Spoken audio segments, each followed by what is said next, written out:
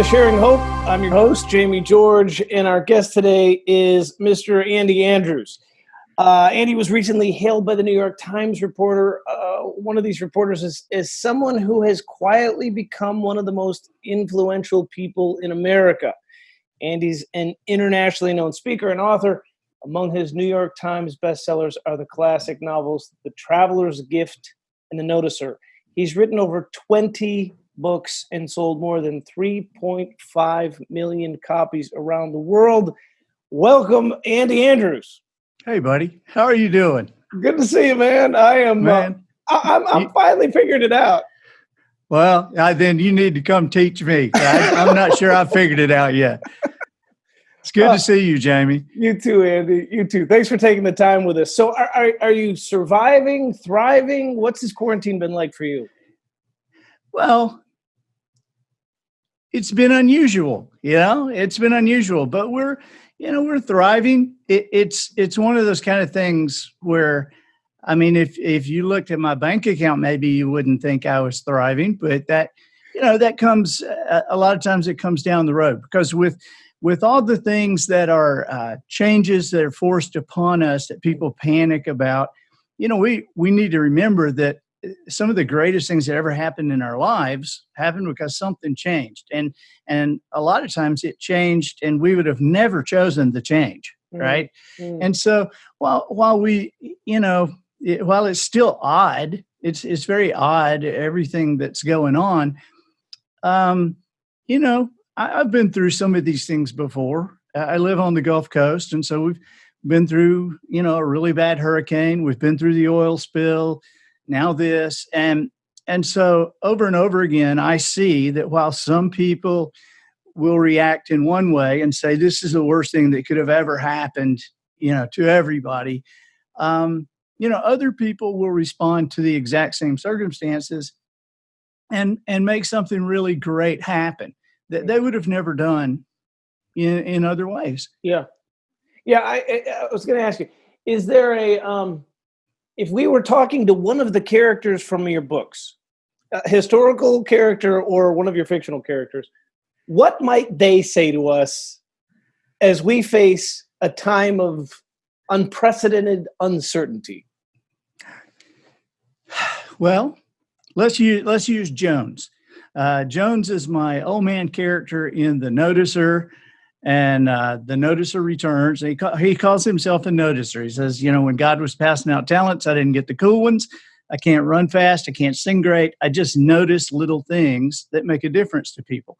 And so if Jones were looking at that, he was saying, he would probably, because Jamie, if you read The Noticer, the very first chapter of that book is totally true. It's about where, when I lived under a pier after my parents had died, and I met this old guy. And if he were talking to me about that, and I said that, this is really a time of uncertainty, he would probably say to us, yeah, just like every other time in your life, because every single hour of your life is uncertain. You just don't think about it as often as you're thinking about it right now. So would he say, pay attention to the little things? Oh, of course. He, in fact, that's a conversation I had with him one time, because I said something about the big picture, and he said, yeah, everybody's wanting big picture. Everybody wants a big picture guy. Everybody wants to have the big picture. But a lot of people forget that every big picture is made up with individual brushstrokes. And if you don't pay attention to those individual brushstrokes, who knows what may happen, and he said, so whatever you're trying to create with your life and whatever your life will turn out to be, your life, if it turns out to be a disaster or a masterpiece, either way, it will have been done one tiny brushstroke at a time. That's so good. Gosh, that's so good. The tiny little things.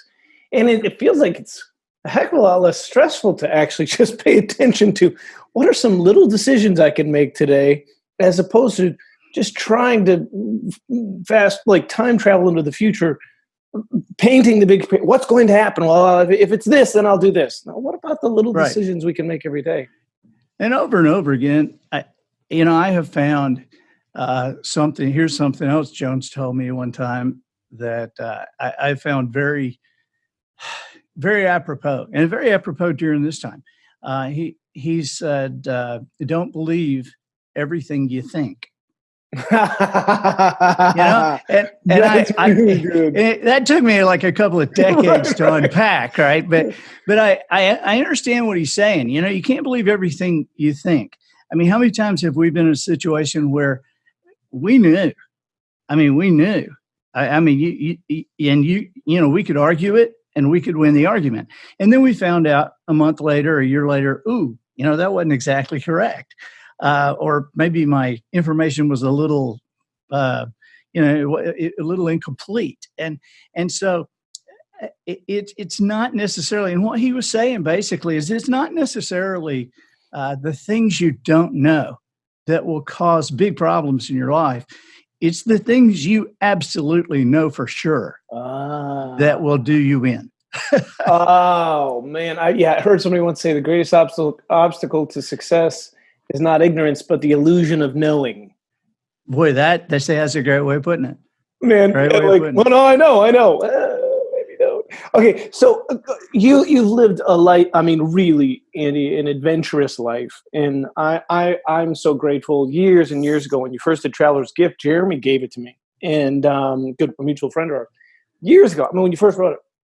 And I was so impacted by it. I was working with teenagers at the time, and I passed it around like as often as I could. And the adventure of your own life has come out in your writings, and we've all had the opportunity to be inspired by it. Could you take us back to a time in your life, and I'm sure there are many, but where you felt this kind of uncertainty, where it was really active? It wasn't the uncertainty that Jones would be talking about. It was Sure. heavy on you. And can you go back to how did you get through it, and how are you different because of it? Well, that's for me, that's a pretty easy question to, you say, go back to a time. For me, there is one specific time that I think of, and it's the time after my parents died. I was 19, and I got $2,500 in insurance money, and my mom died of cancer. My dad was killed in a car accident same year. And so being the financial genius I was at the time, I bought a trailer with it. It never occurred to me that I would have to pay somebody to move it, or that I would have to pay somebody to let me put it somewhere. So this was just like one of those kind of things where you go, good grief. I was just kind of behind the eight ball right off the bat. And before long, I'd lost my car. And then the short story, let me tell you this in a short way. Okay. Because this took about 1.5 years to happen. But at first I had a car and a trailer. Then I had a motorcycle and a trailer. Then I had a motorcycle and a tent. Then I had a tent. Then I was living under the pier. And so this is over the course of a year? Yeah, about 1.5 years it took to lose the trailer, lose the car, lose the motorcycle, and decide I didn't, and the campground that I was in down in Gulf Shores, like, required you to move like every week. And it's like, oh, I guess I got tired of putting my little Sears tent up and down and up and down. So I just kind of dug up under the state park pier, and that's where I was. But it was a crazy time in my life, but I've always had the ability to take a bad situation and make it worse. And I did.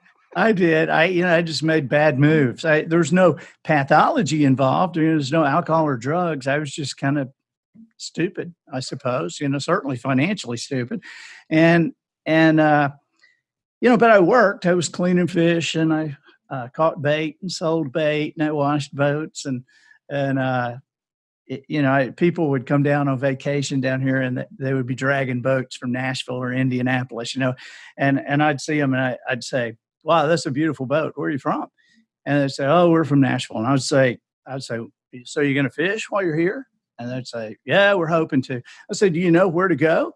And they'll go, no, we really don't. I said, what a coincidence, because you have a boat and don't know where to fish, and I know where to fish and I don't have a boat. And I'll take you fishing if you want. And I'd charge them like 50 or $60 or something. I say, if you don't catch any fish, you don't have to pay me. And so that's kind of what I did. But it would get very very sad at night, right? Because my question became, is this just like life's lottery ticket? I had heard, growing up, I'd heard growing up that God will put a man after his own heart where he wants him to be. And I'm like, thanks. You put me under a pier. This is the spot I got. Yeah, thank you. And so that old man came into my life and started me reading. And I read biographies, and I ended up reading over 200 biographies. And I got to the point where I was, kind of graphing these people in my mind. But my big question while I was reading about these people is the lottery ticket thing. Is life just a lottery ticket? How did these people end up this way? Were they born this way? Because if they were born this way, I'm out of luck. Yeah. But if it's something they did, what did they do? And how long did it take them to do it? And so it was then that I really kind of began to track and noticed 7 things they had in common. There's 7 principles in their lives.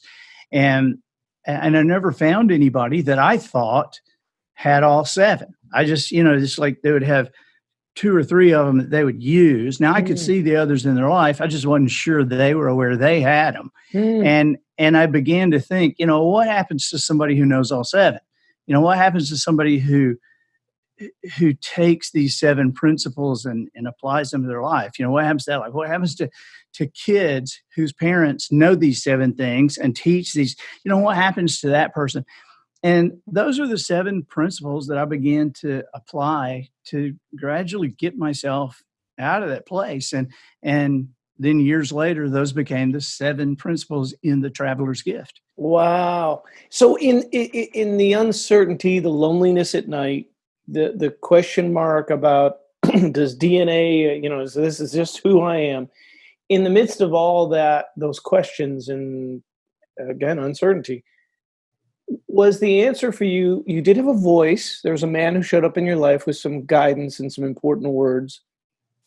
Was the next action in the midst of the uncertainty, I'm just going to move forward, like I'm going to get in motion, I'm going to read, I'm going to study, I'm going to look for patterns? Was that part of the movement for you? Because, what was the faithing part of it? Well, the faithing part of it, again, there's another thinking component to it that Jones added one time that I still think about and laugh about sometimes, because I see this, because he would talk to me sometimes or I would just disagree with something I had read in one of the biographies, which is okay, you can disagree with it, but it's right there. I mean, you're disagreeing with something that actually happened. And I was just rancorous, I guess.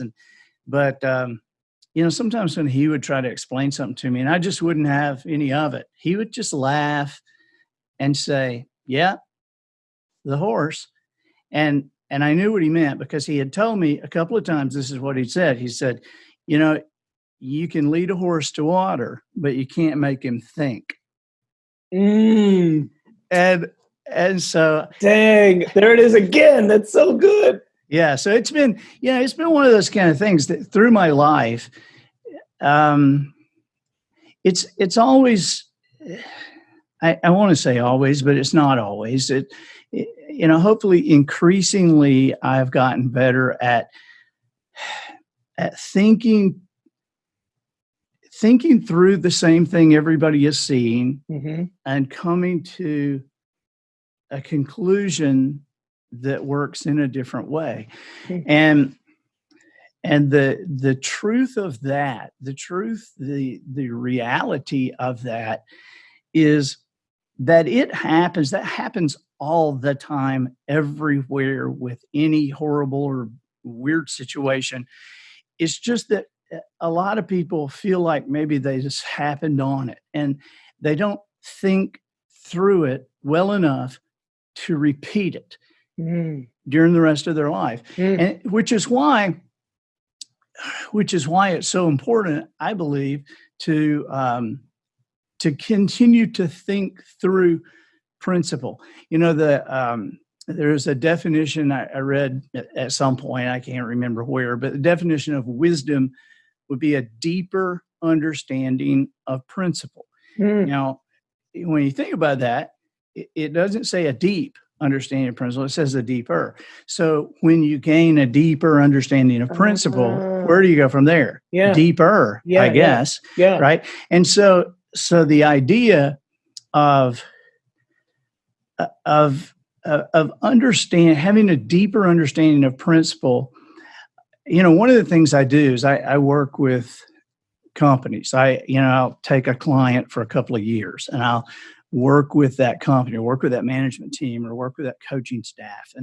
And one of the things that I, and it has happened, Jamie, in the past few years, that now more often than not, I'm working with people they're already in first place, right? They're already kind of at the top of their game. And so those kind of people, they want to increase too, but they have a harder time seeing an increase because they look around and, it's like the first conversation, I ever had with Nick Saban, the head coach of Alabama. I looked at him and I said, dude, what seminar do you go to? Right. 6 national championships. You're in the conversation for the best of all time. You couldn't possibly hire a consultant who knows more than you know. And I said, but I played football in the 6th grade. Okay. And so I can help you. And the reason is because I can have you thinking in directions no football person ever would have you thinking in. Because what I want to help you do is compete in a way your competition doesn't know a game is going on. And so when you look at people who are in first place, you look at people who are at kind of the top of their game, one of the things that will create a big increase and that they seem to understand, when you get around to talking about this, is to say, look, there are a lot of people who understand the principle you have applied. There are tons of people who know how to use it. But until you know why it works as it does, you will never be able to use that principle in as many areas as you could. Because when you know how the principle works, you are able to use it in an industry standard form.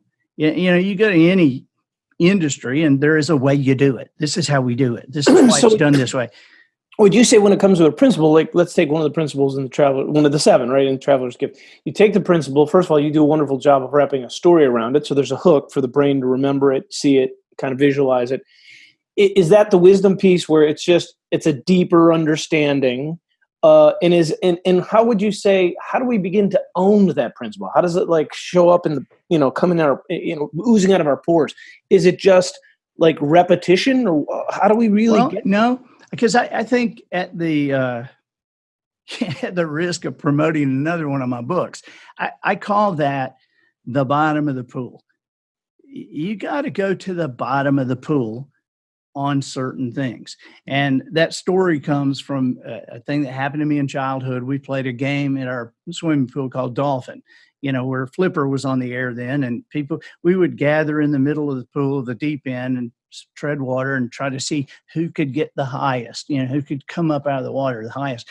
And it was all kind of the same over and over again until one of the kids, one day when it was his turn, he went just sunk. He went to the bottom, and we're treading water going, what is he doing? And then he gets all the way down and squats down and then pushes off the concrete and comes rocketing out of the top of the water way higher than anybody had ever done. And, of course, a couple of kids go, you cheated. And he's like, yeah, where's the rule that says you can't go down before you go up? And so it was a weird moment because it was a very simple game. It was a very obvious how you do this. It was very obvious. I mean, we didn't have your rules. We didn't need any rules. It was obvious how you do this. Now, if anybody had come to the kid, there's this one kid who won all the time. And we watched him. We tried to figure out what he's doing. But he was just bigger than us. He was older. He had bigger, longer arms, bigger hands, bigger feet. And if you had come to us then and said, hey, guys, come on now. Are you doing the best you can do? And we would have said, yes, we are doing the best we could do. But what we didn't know is that there was another area available that we didn't even know it existed. And while we were doing the best we could do, we were not even coming close to the best that could be done. And so while it was obvious how to do this thing, it was obvious how it was done, until one kid went down instead of up, what had been so obvious was no longer even true. And so it's a matter of being able to see things in a different way. You know, perspective is what the noticer is all about. That's what Jones was all about, perspective. And if you ask people, so what is perspective?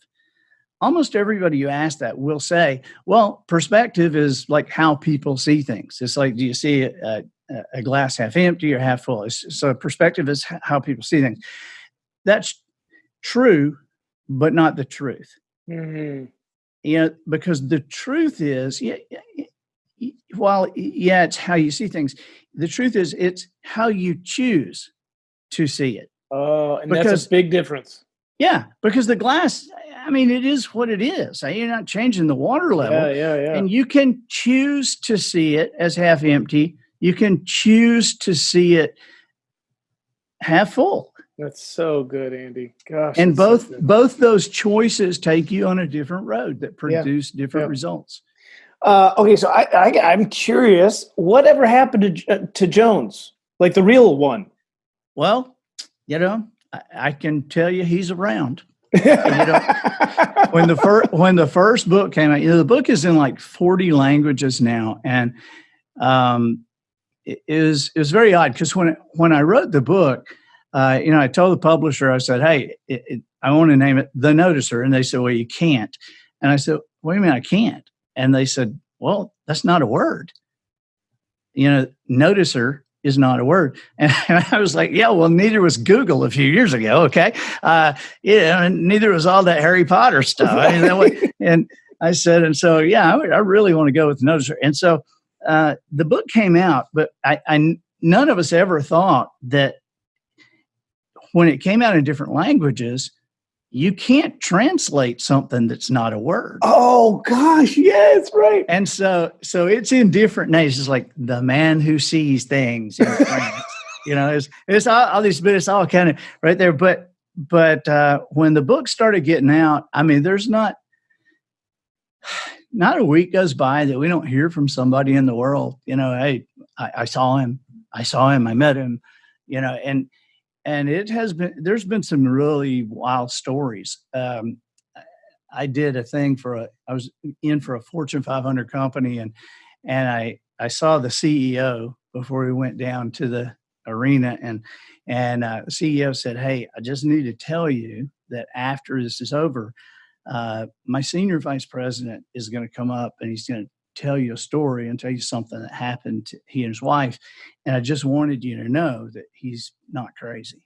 And I said, okay. You know, and he told me one of these wild stories about meeting Jones. And wow. I mean, I hear it all the time. That's amazing.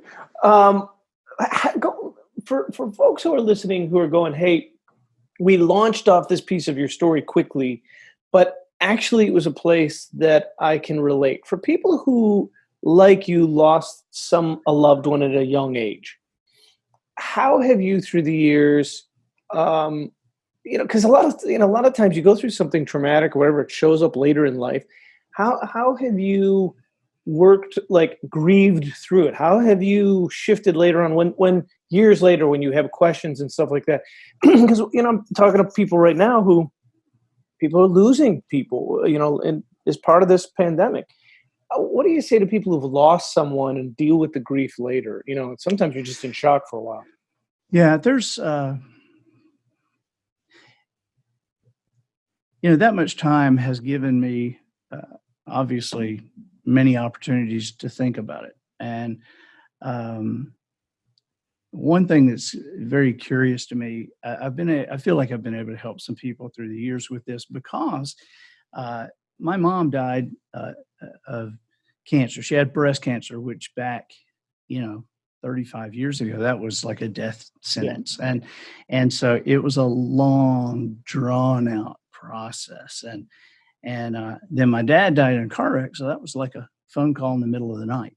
And so I've had it both ways. Mm. I've seen it both ways, where you knew it was going to happen and where you didn't know it was going to happen.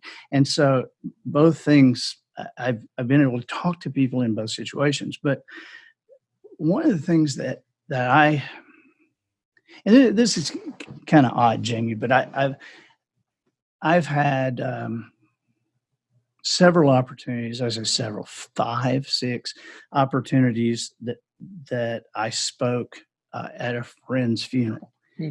And every time I did, I said, there's always children or grandchildren, it's like 10 and 12-year-old people there. And, I was 19 when my parents died. My sister was 14 or 15, right in there. And so when I speak at one of those things, I found myself saying, hey, you guys, my parents passed away when I was young. And, all the funeral and what we call a celebration service, all that's kind of a blur to me. But there is one thing that I do remember. And my sister and I sitting on the first row, and nobody ever talked to us. I mean, no, there were speakers up there, and nobody ever spoke to us. And so, if you guys don't mind, I want to talk to the kids.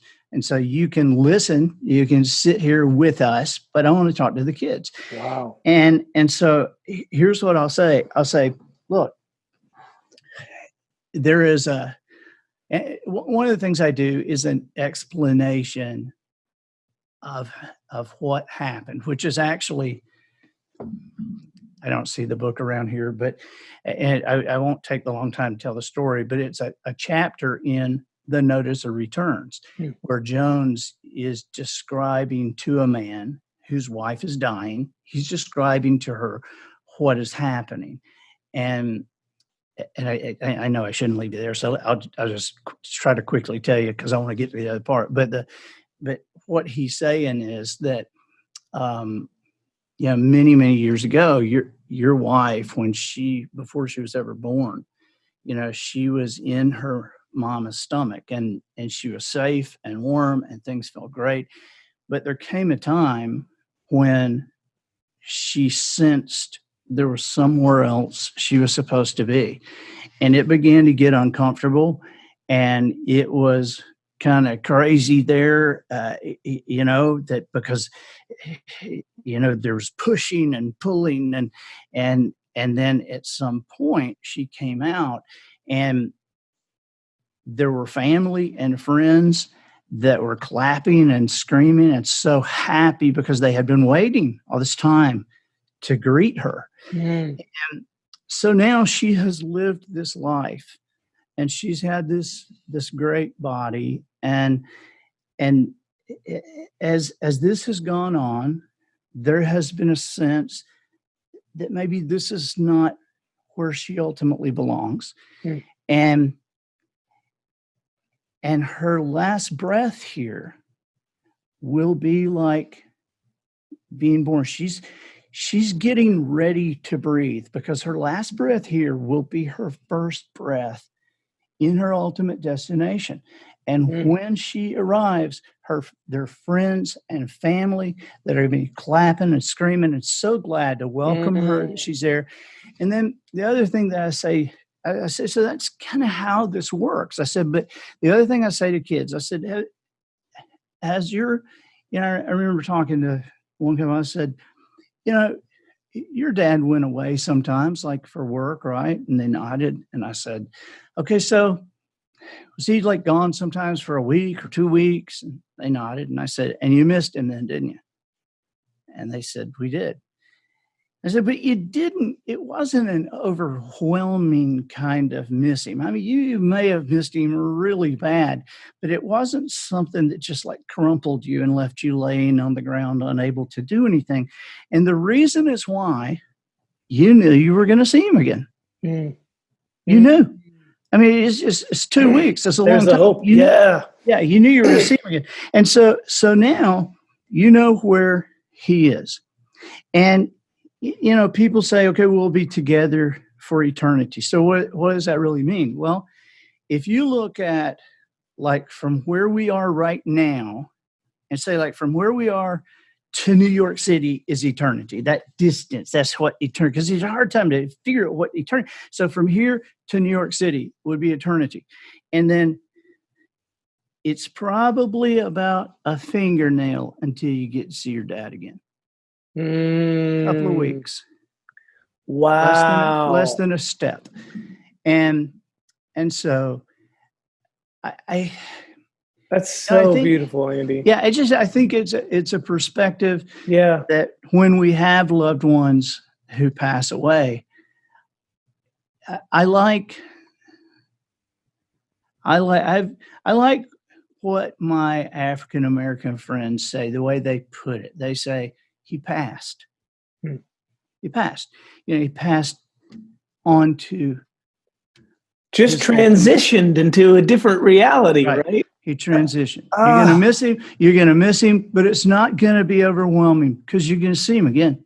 And it's back to the very thing you said in the beginning. It's how you choose to see. Right. You can look at death a number of different ways. It's just how you choose to see. Man, that's so good, Andy. And I imagine the adults who are listening in, they're like, yeah, like, I'm saying this to the kids, but the truth is I'm saying this for all of you. Sure. Wow. So beautiful. Thank you for the stories and for the encouragement and for the hope. And man, I'm already thinking about a good friend of mine lost her mother recently, and I want to pass along this story to her. Oh, you know what? I will send you when we get off the air. I'll make sure that I send you that book, but I think it's chapter 14 in the Notice of Returns. It's only 6 pages, but there are many, many times when people are about to go through this or they have just gone through this, and I will give them the book and I'll say, here, you don't have to read the whole thing, just 6 pages. Just read the 6 pages. Wow. And they end up reading them to their other family. And so I think everything that I've written, that may be one thing that helps people the most is that few pages. Well, can you tell us what are you working on now? Is there and I know there's a show. There's like kind of a thing you're doing a couple times a week. I'm calling it a show. But I mean, I know it's crazy for you because you were going to release a book and then the thing happened. But give us a little update on what's happening now. Yeah, right now we're doing. We're here in Orange Beach, Alabama, and we have a place we call it Wisdom Harbor Studios, and it's at the wharf here in Orange Beach. And we, Matt and I, is like my buddy who's like a lot smarter on all this technical stuff than I am. We decided one day we're just going to go on the air, just like live. And, probably nobody will be there, but we'll just kind of talk, just having fun. I mean, just trying to, what do we do? We're not going to do nothing. You say, what do I do? The answer is never nothing. Right. Okay. And so at 12:15 Central Time, we went on the air on Facebook, Instagram, Twitter, and YouTube, all at the same time, streaming live. And we were kind of shocked at the number of people who started. So when we got off, we kind of looked at each other and go, what was that? Because we're just looking and saying, hey, there's so-and-so from so-and-so. And there's a question, and we'd get to telling stories. And we did it for like 30 or 40, 50 minutes. And when we got off the air, we said, we got to name this. We got to do this again. So we call it the Blue Plate Special. It's I at love it. 12:15. And we always say, hey, a couple or 3 times a week, we don't know what days it's going to be. But if you click that notification button, they'll tell you when we're on. And we kind of know, like today, we're gonna go on the air and we're gonna tell them, okay, this week we're doing today, tomorrow, and the next day, and that's kind of it. Okay. And then next week we'll tell you what we're gonna do.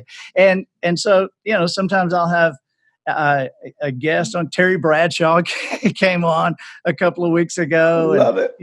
I sat there with Mark Lowry and we talked for an hour just about old times. And, when he was a comedian, I was a comedian, and it's just great. We have a great time. So that's the Blue Plate special. It's 12:15 Central Time, couple or 3 days of the week, but we don't know which ones. I love the programming. It's fantastic. Yeah. That's awesome. And any books to talk about? Anything on we've got, everything.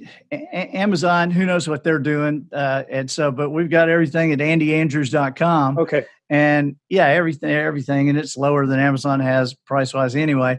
And then in September, we've got the 3rd Jones book coming out. Okay. And it's called Just Jones, because that's what he always says. When somebody would say, "Well, Mr. Jones," he goes, "No Mr. to it, just Jones." Just Jones. And so that's what we all called him. I love it. That's the name of the 3rd book, Just Jones. Sometimes a thing seems impossible until it is actually done. Man, there's a hopeful line. And in a motivating line, like, yeah, let's go. So, Andy, thank you so much for taking the time to be with us and for inspiring us and the stories and the encouragement.